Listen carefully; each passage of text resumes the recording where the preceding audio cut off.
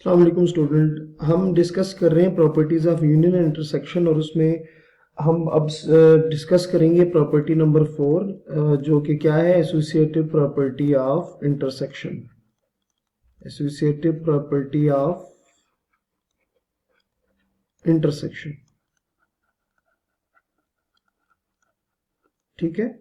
और इसका क्या मतलब होगा कि अगर आपके पास तीन सेट्स हों ए बी एंड सी, तो ये दोनों जो इक्वेशंस के दोनों साइड पर जो एक्सप्रेशंस हैं, सॉरी यहाँ यूनियन नहीं है इंटरसेक्शन है, तो ये आपस में क्या आ जाएंगे, इक्वल आ जाएंगे। So A intersection B intersection C, ठीक है। इस प्रॉपर्टी को वेरीफाई करने के लिए आपको एक एग्जांपल चाहिए होगी, ठीक है। और उस एग्जांपल में आपने अपनी मर्जी से तीन सेट जो है वो कंसिडर करने होंगे। और C जो है मैं ले देता हूँ 3 4 5, ठीक है। अगर आप इसकी लेफ्ट साइड देखें ना, तो उसमें क्या आ रहा है, B इंटरसेक्शन C, उसको पहले सॉल्व करेंगे। सो B इंटरसेक्शन C, तो B की वैल्यू क्या है 3 4, इंटरसेक्शन C 3 4 5। सो B इंटरसेक्शन C, इंटरसेक्शन में दोनों में जो कॉमन होगा वो आपने देखना है। अब इस B इंटरसेक्शन C का आपने A के साथ अगेन इंटरसेक्शन लेना है, A intersection B intersection C। A जो मैट्रिक्स है वो है आपके पास, सॉरी A जो सेट है वो 1 2 है, और BC जो इंटरसेक्शन आपने फाइंड किया वो आया है 3 4 के, ठीक है। तो अगर आप दोनों का इंटरसेक्शन लें तो यहाँ कुछ भी कॉमन नहीं आता, तो ये क्या आ जाएगा, एम्प्टी सेट आ जाएगा। हम इसको 1 से रिप्रेजेंट कर लेते हैं।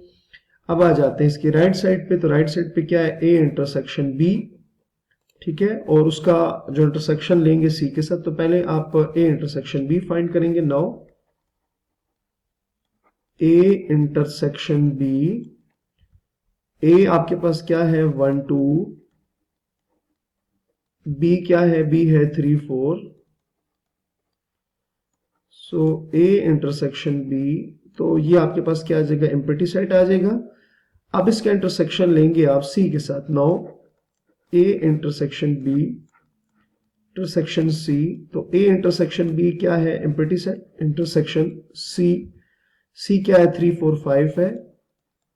तो जब आप इन दोनों का इंटरसेक्शन लेंगे तो इनमें तो कुछ भी कॉमन नहीं आ रहा, सो ये भी क्या आ जाएगा, एम्प्टी सेट आ गया। इसको आपने 2 से रिप्रेजेंट करना है, तो फ्रॉम 1 एंड 2 दोनों का आंसर क्या आ जाएगा, इक्वल आ जाएगा। सो फ्रॉम 1 एंड 2 आपके पास क्या आ जाएगा, 1 एंड 2 क्या है, A intersection B intersection C will be equals to A intersection B intersection C। और इस प्रॉपर्टी को स्टूडेंट क्या नाम हमने दिया था, एसोसिएटिव प्रॉपर्टी ऑफ इंटरसेक्शन, ठीक है। नेक्स्ट हमारे पास जो प्रॉपर्टी है वो है distributive of union over intersection, ठीक है। Distributivity of union, distributivity of union over intersection, ठीक है। जो प्रॉपर्टी नंबर 5 है वो आप लिखेंगे distributivity of union over intersection, ठीक है। और इसका क्या मतलब होगा, इसका मतलब ये है कि अगर आपके पास A union B intersection C हो, तो उसका आंसर आना चाहिए A union B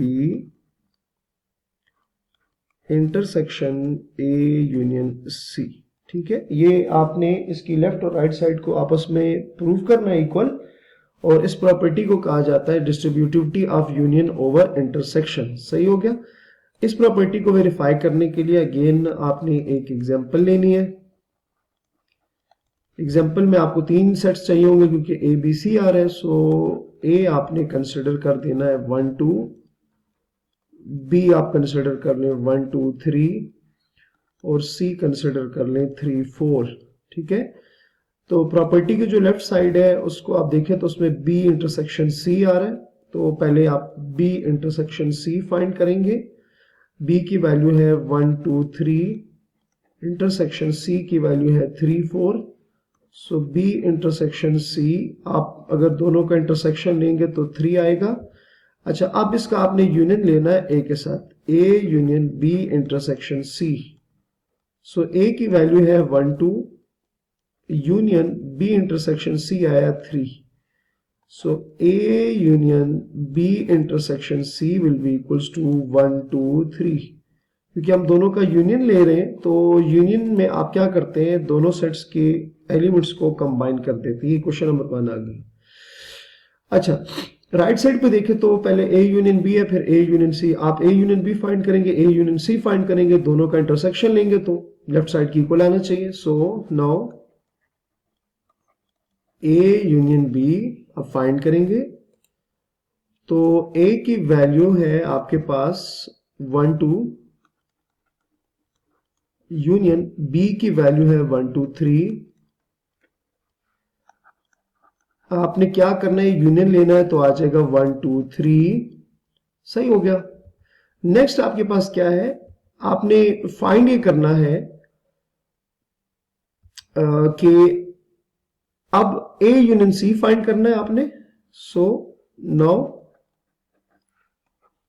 A union C, तो A है 1 2 और C जो सेट है वो है 3 4। दोनों का यूनियन लेंगे तो 1 2 3 4 आ जाएगा। ठीक है, अब देखिए आपने क्या करना था, A यूनियन B और A यूनियन C का इंटरसेक्शन लेना। सो ये A यूनियन B है और ये A यूनियन C है, दोनों का इंटरसेक्शन लेना। Now A union B intersection A union C। तो A यूनियन B आपके पास क्या है, 1 2 3